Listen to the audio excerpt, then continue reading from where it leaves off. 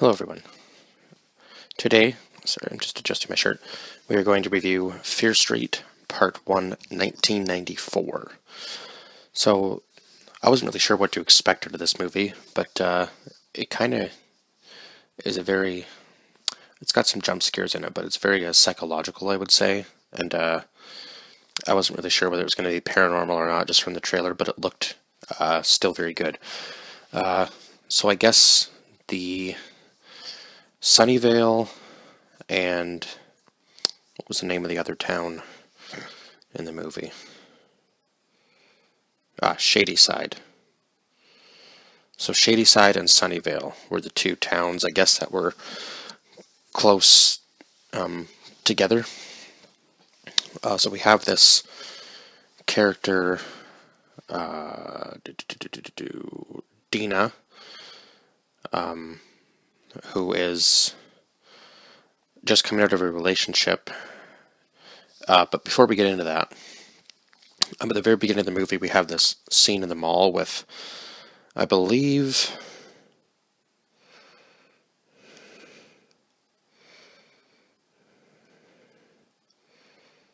Kate was later on in the movie. Yeah, so who was I'm trying to think of who the girl was that was in the beginning of the movie. Was her name Heather, or was it Rachel? I believe it was Heather at the beginning of the movie.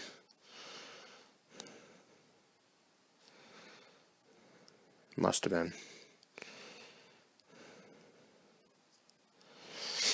So anyway, they're in this mall, and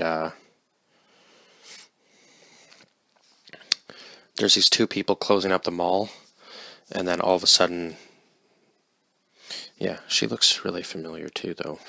But what part was she in?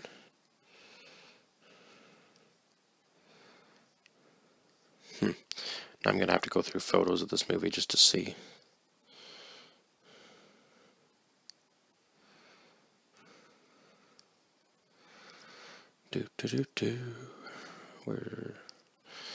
Where's the beginning? Okay, so it was Heather in the beginning of the movie. Okay, so now I can get out to that start. All right, so we have these two people closing up, Ryan Torres and Heather are closing up the mall. I guess they're the last two stores open, and she was working late, I suppose. I guess she works at some sort of bookstore. From the looks of it, I'm not exactly sure what kind of store Ryan works in, but then all of a sudden, when she's closing up, these books start falling off the shelves, and she's being chased around by this masked killer, and we're not sure who's underneath the mask, although I did have my suspicions that it was going to be Ryan, because he just seemed like a little bit of an odd character, and I thought, why is somebody still there besides her when the mall is closing, besides the janitor? I'm like, something is going to happen to her. And so when she finally is able to pull the mask off of him, she realizes it's Ryan, and she says, "Ryan, it's me," but he's been possessed, I guess.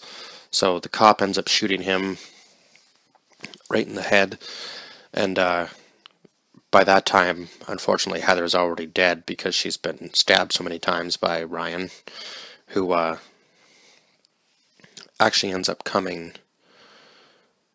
back later on in the movie, and we're not really sure what's going on, to be honest. But so we have these characters, Dina and Samantha, played by Kiana Madeira and Olivia Scott Welch, as well as her brother Josh, who's played by Benjamin Flores. Her two friends, Kate and I don't know why he's so far down here, Simon, who are played by Julia Raywald and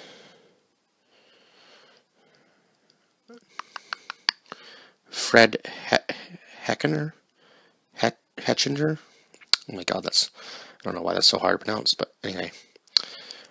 So they were, I guess, together, although they did a very good job of making it look like the dude that this girl was with was actually the guy that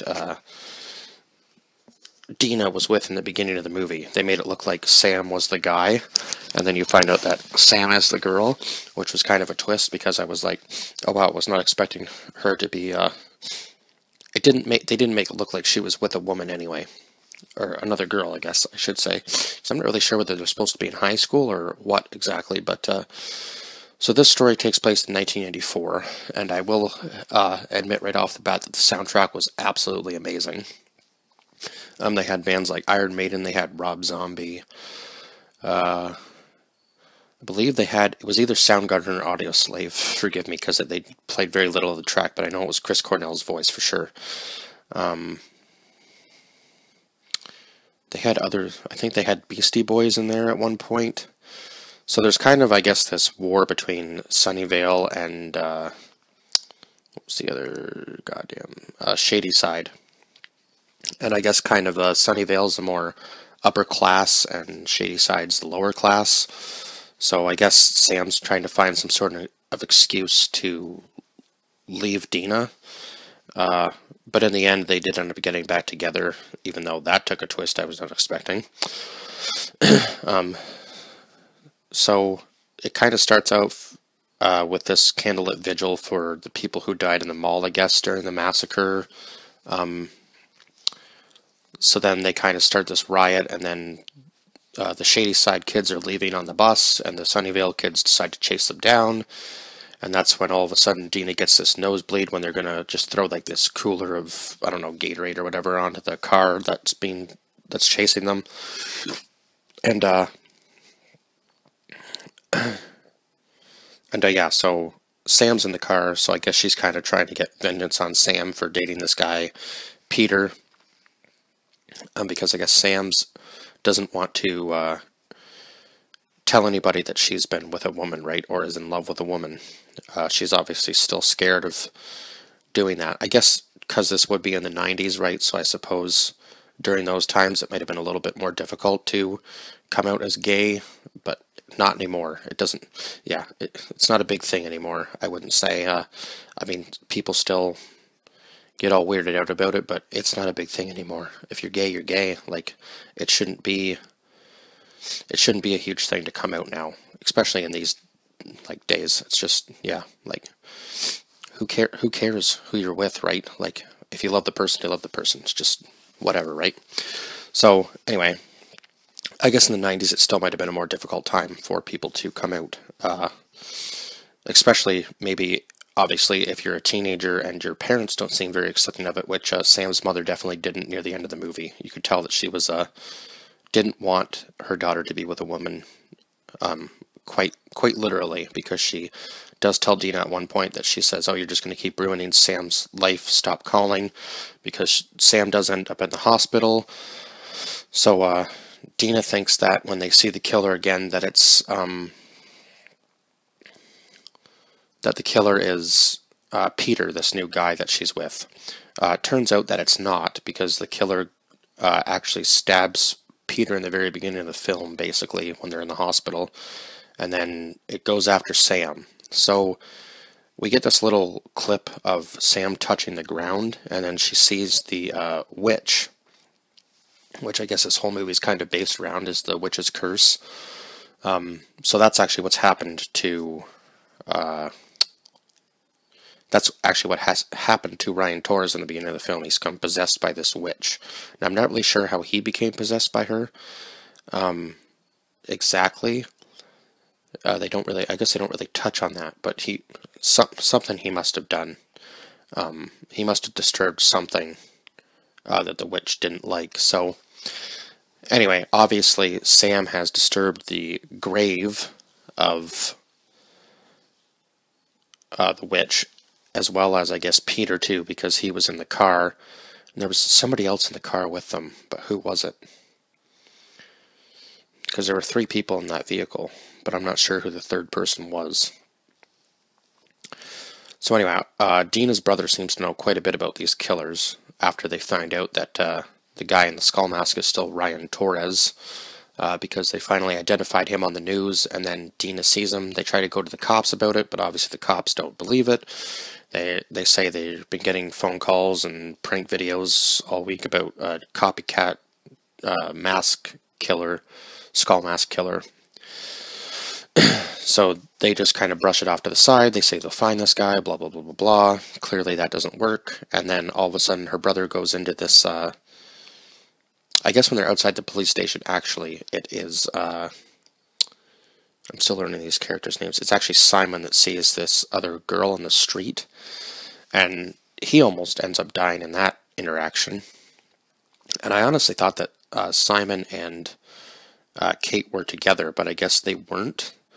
I'm not really sure. It was kind of weird how that all went down. But anyhow, so Josh goes on about all these killers and all these killing sprees, starting in, I guess, 1666 was when the witch died? I believe that was when the witch died. So then all of a sudden, all these random massacres start happening in, I guess, in Shadyside. Starting with, now I can't remember all the characters that he talked about, but I probably should have written some of them down, hey? But I think the very first killer was the pastor, was one of the ones that he talked about. And then he also talked about the milkman who went on a killing spree. There was the Nightwing killer. I believe that was actually one of the ones that was after them. Yeah, because he was a really weird dude in the mask. I do believe.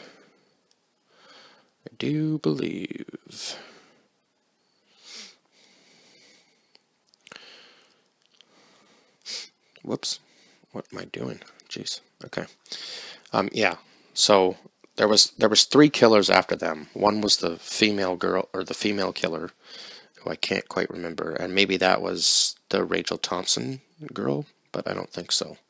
I think she was the one that survived the attack in 1978. Oh no, I guess that's not right. Oh no, Sarah Fear was the witch. Right. There's so many different, was it Ruby Lane? Was Ruby Lane the other one? It might have been Ruby Lane that was the one that killed her boyfriend that almost got Simon. And I think it ends up being Nightwing that actually gets Simon in the end. And obviously it's Ryan that ends up killing Kate, unfortunately. But not before she hooks up with Dina's brother. I'm not really sure whether there's any age difference between the two of them, but yeah, they all have this weird like little love scene in the school when they go back to blow up all 3 killers, thinking that is going to help them in some way, but it doesn't, because their bodies just end up regenerating. And then when they find out that they're after Sam's blood because she was the one that disturbed the grave, they think that by killing her they'll be able to, I guess, end the curse. And I guess they did, in a way, they did end that part of it by killing her. And I guess it's Dina that ends up killing her and bringing her back in the end. But then she gets a call from... Now that might have been...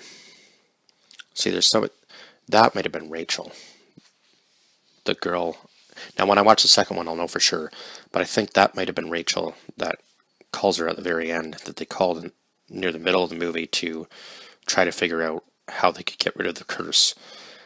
But then she says to her, there is no way, the witch will always find a way to get to you. And then all of a sudden you see Dina turn around, and then Sam standing right in front of her, and Sam has stabbed her. So now Sam is now cursed.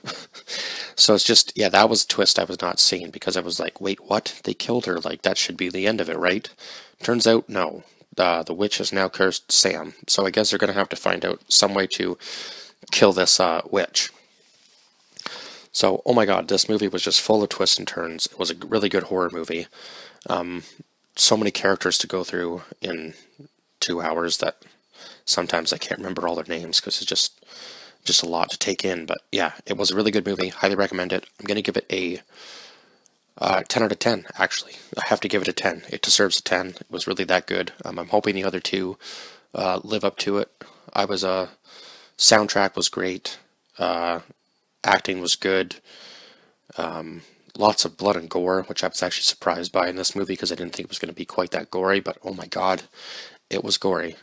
It kind of reminded me a little bit of like The Babysitter in a way, but it also kind of reminded me of Halloween and Nightmare on Elm Street. It was kind of a mixture of those two movies, I would almost say, with a little twist of like, do you guys remember the movie No Vacancy? That's what the Nightwing character reminded me of.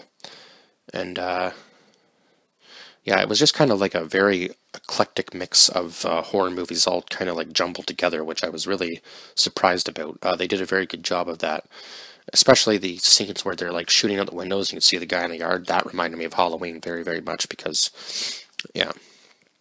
And it was kind of funny that they named the one place Sunnyvale because if you remember from Trailer Park Boys, Sunnyvale Trailer Park.